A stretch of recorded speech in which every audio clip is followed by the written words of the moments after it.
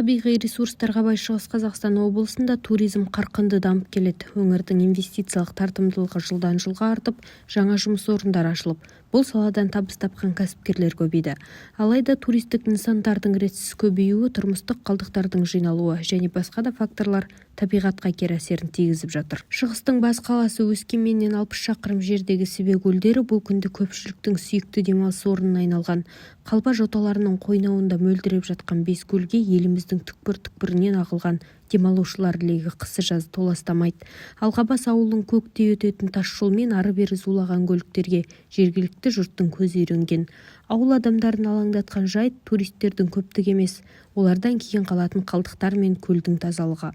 Ұлан ауданы Алғабас ауылының тұрғыны Жеңіс Байжүменов бала кезінен шомылып өскен Сібе көлдерінің кейінгі кезде ластанып бара жатқанына қапалы. Енді ол кезде керемет, суы да мол, жағасынан жүріп барасың, даже тереңге малтап барғанның өзінде түбі көрініп тұрады.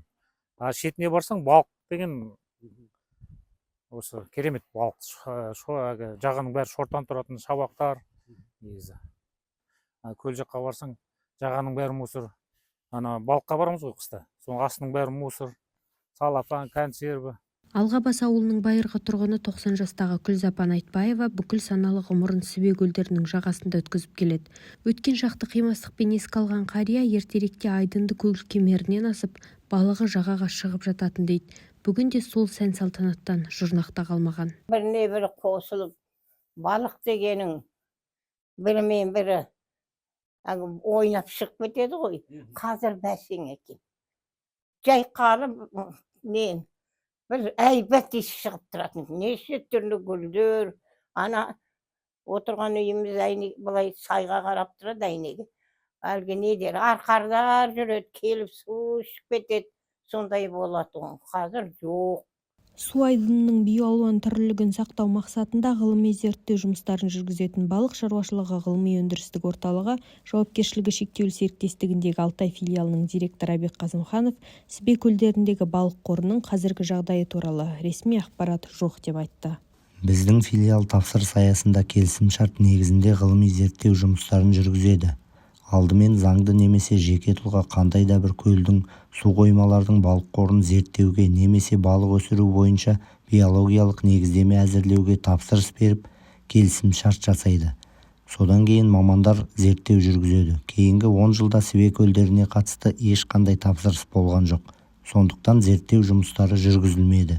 Сібе көлдерінің табиғи қалпын сақтап қалу үшін жүйелі жұмыс жүргізіп, туризмі өркендеген елдердің тәжірибесінен үйрену керек дейді Жеңіс Байжүменов.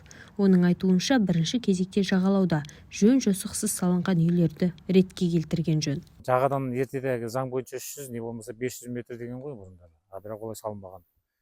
Үйдің бәрі көлдің жағасында, монша салынған көлдің үстінде. Ютубтан кейде шетелден көріп жатамыз ғой бәрі. Қалай? Бәрі салынған, туризм бәрі дамыған инфраструктурасы. Табиғаты солай қорғалған. Суы да таза, балығы да мол. Бәр жағдай жасалған ғой. Бізге сонда жүйе құру керек қой. Көл жағасында үйлердің көбейіп бара жатқанын жергілікті тұрғын Ерғали Жұмағұлов та айтты. Демалыс базасының аумағы жылдан жылға кеңейіп, туристер саны арта түскен. Қазір енді айтып отырмын ғой, мына салып жатқан домиктер қара Алғабастан үлкен деп отыр. Хозяиндары келеді, іздап айтады, енді не істеймін енді? Шетелден де келіп жатады дейді. Енді немен істеп жатқандарын, қалай демалып жатқандарын білмейміз оны өздері кеп. Демалып жатады. Бұл енді бір заманында көбі трассың шетінен мусордың бәрін лақтырып кетеді. Енді жатады енді қазірде арасында. Табиғаты сұлу Шығыс Қазақстан өңірінде Сібе көлдерінен бөлек бұқтырма су қоймасы, Самар жағалауы, Дұбығалы көлі, Марқакөл, Рахман Қайнар сияқты демалыс аймақтары көп.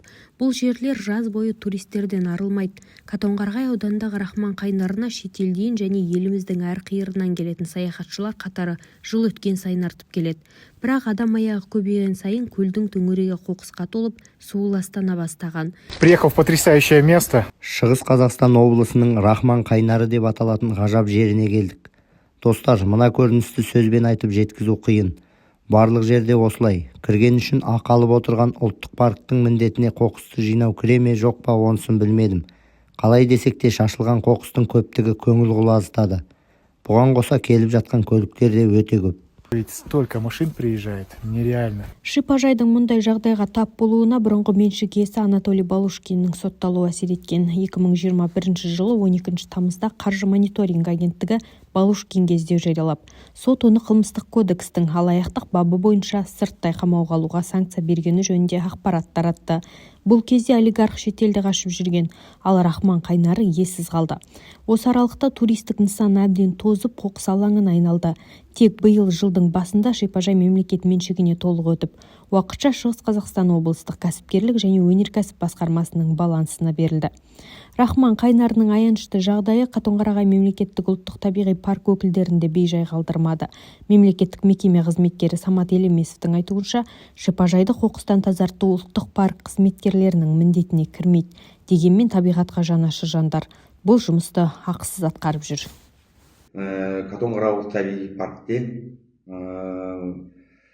аумағында 14 туристік маршруттар және соқпақтар бар. Сол туристік соқпақтарда мемлекеттік инспекторлер тазалық сақтауды және туристерді бақылау жұмыстары жүргізіледі. Және де айтқанда бізде Қатонқарағай табиғи паркте 3 бақылау өткізу пункттері бар. Иректе, Қаракөлде және Таутекелді Аршатыда. Осыған байланысты туристермен күрделі жұмыс жасалынып отыр. Тазалық бойынша қоқыс пакеттері беріледі және түсіндірме жұмыстары жүргізіледі. Өңірдегі көз тартар көрікті жерлердің бірі Көгілдір Шығанақ. Бұқтырма су қоймасы жағалауында орналасқан бұл демалыс аймағын жергілікті жұрт ежелден шығыстағы жазғы туризмнің меккесі деп атайды. Қазақстанның әр өңірінен ат шалдыртатын демалушыларды айтпағанда шетелдік туристер де мұнда жиі келеді. 2019 жылы Көгілдір Шығанақ базасында ескі кәріз құбырынан аққан қалдық су адамдар шомылып жүрген айдынды ластап, жергілікті тұрғындар дабыл қақты. Араға бір ай салып сүңгуірлер бұқтырма су қоймасының түбінен шөккен нәжіс тұнбасын анықтады. Облыстың тәуелсіз сарапшылары алған су сынамалары өңір тұрғындарын дүр сілкіндірді. Су құрамындағы шек таяқшасының лактоза көрсеткіші шекті мөлшерден 70 мың есе жоғары болған. Жаңа Бұқтырма кентінің әкімі Нұржан Қанапин Көгілдір Шығанақ туристік аймағында болған жағдайдан кейін салаға жауапты мамандар мен жергілікті қоғам өкілдерінен жұмыс тобы құрылып, жағалаудағы демалыс базаларының санитария тазалығы тексерілгенін айтты. Ол жалпы біз ғана емес, біздің осы жерде тұратын тұрғындарымыз бәріміз жиналып, соның бәрін жүріп өттік. Қалған база ОДХ-лар өздерінде, каждыйында өздерінің септиктары бар. Оны біздің СЭС үнемі тексеріп отырады. Енді официально тіркелген базаларды. Ал тіркелмеген базаларда вопростарын енді қолға алып жатырмыз. Кент әкімінің айтуынша Бұқтырма су қоймасының Алтай ауданына қарасты жағалауында ресми тіркелген 104 демалыс базасы бар. Олардың кейбірінде 5-6 үйден орналасқан. Бұдан бөлек тіркелмегені қаншама. Осынша аумақты бақылап, тазалығын қадағалап отыру оңай емес дейді Нұржан Қанапин. Кейбір туристік база иелері ақша төлемеу үшін тұрмыстық қалдықтар көзден таса жерге апарып төгіп тастайды. Соның салдарынан демалыс аймағында бірнеше рұқсат етілмеген қоқыс алаңы пайда болған. Биыл, мысалы үшін, екі жерден үлкен стекенный свалка шығардық. Өйткені былтырлары ондай мәселе болды, ол ақша төлемеу үшін полигонға жымқырып енді кісілер көзі көрмейтін жерге апарып тастап кету фактілері болды. Енді ол сол жерлердің бәрін біз қазір толықтай тазалап, за счет бюджетті тазалап өттік. Өскемендік экобелсенді Танир Ясса Көгілдір Шығанақ сияқты өңірдегі демалыс базаларының басым көбінің негізгі мәселесі туристік нысандардан шығарылатын сарқын сулар мен тұрмыстық қалдықтар екенін айтады. Оның сөзінше 2025 жылы шығысқа келген демалушылардан 1000 тоннадан астам қалдық қалған. Экобелсенді мәселені жүйелі түрде шешу керек дейді.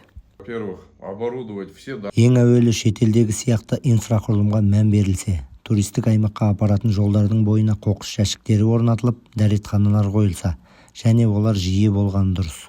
Демалыс базаларында да қоқыс жәшіктері көп болуы керек. Өкінішке қарай бізде бұл жағы ақсап тұр. Салдарынан әр жерде рұқсат етілмеген қоқыс полигондары пайда болып жатыр. Одан сасық иіс тарайды, өртенуі мүмкін.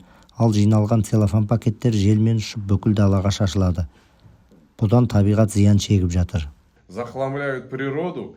Табиғат жанашырының айтуынша өңірдегі демалыс үйлерінің көбінің кәріз жүйесі талапқа сай келмейді. Туристік нысандардан шығарылған сарқын су топыраққа сіңіп, жер асты суларын ластауы мүмкін. Я знаю сам лично. Мен білетін демалыс базалары мен үйлердің басым бөлігінде септиктер арнайы жабдықталмаған. Олардың бәрі терең шұңқыр қазып, сарқын суды соған төгеді. Ал ол шұңқырда қаншама химиялық улы зат, қалдық жиналып топыраққа сіңеді. Жер асты суын ластайды. Оны біз ішеміз. Уходит в грунтовые воды, и потом мы дальше это пьем. Табиғат ел байлығы, ал оны сақтау әр азаматтың міндеті. Туризмнің дамуы өңір экономикасына серпін беріп, жаңа мүмкіндіктер ашқанымен, ретсіз салынған нысандар, шашылған қалдықтар, талапқа сай келмейтін кәріз жүйелері табиғатты тоздырып, экологиялық тепе-теңдікті бұзып отыр. Қысқа мерзімде туризмнің табысы маңызды көрінуі мүмкін, ал болашағын ойлайтын елдерге ұзақ мерзімде экологияны қорғау әлдеқайда ұтымды. Сондықтан табиғатты сақтай алғанда ғана туризм де дамиды, экономика да алға басады.